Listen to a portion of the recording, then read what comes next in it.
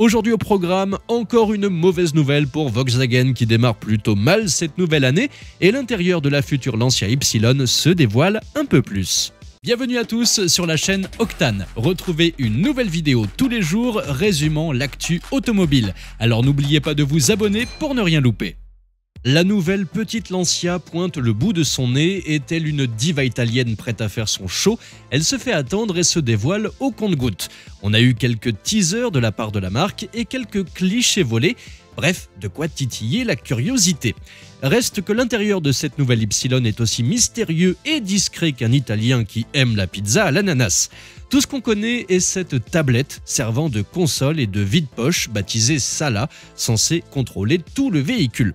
Mais attention, grâce aux espions de Caradisiac, nous avons des photos volées de l'habitacle. On remarque évidemment un grand écran central qui aujourd'hui ne surprend plus personne et cet étrange plat à fromage qui trône fièrement sur la console centrale. Et puis il y a les détails, les petits trucs qui font toute la différence. Des sièges en velours côtelé, le lettrage Lancia brodé sur les appuis-têtes, des petites touches censées faire oublier que cette Y est basée sur la 208.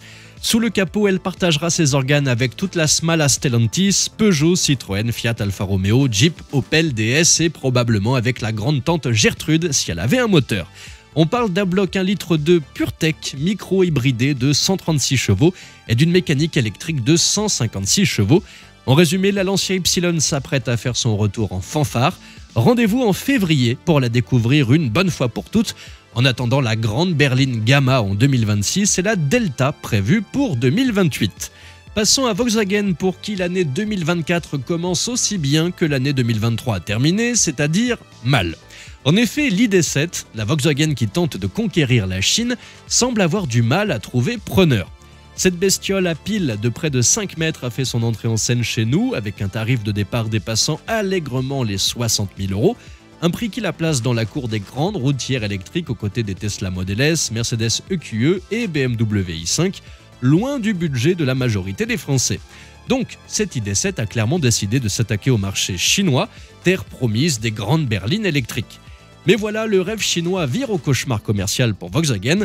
Les journalistes de Car News China dévoilent que l'ID7 a récolté seulement 300 commandes en 72 heures, un chiffre très faible et qui donne une bonne indication sur le futur succès ou non d'un modèle.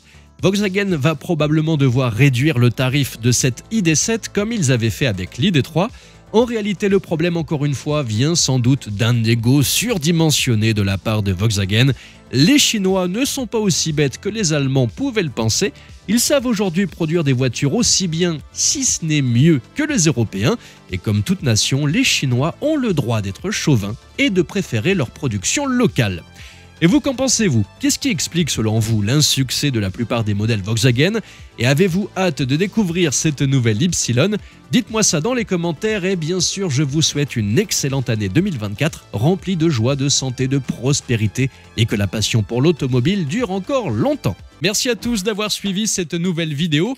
N'hésitez pas à vous abonner, à activer la cloche des notifications pour être sûr de ne rien louper, liker, partager et vous pouvez également venir nous rejoindre sur notre compte TikTok. Ciao!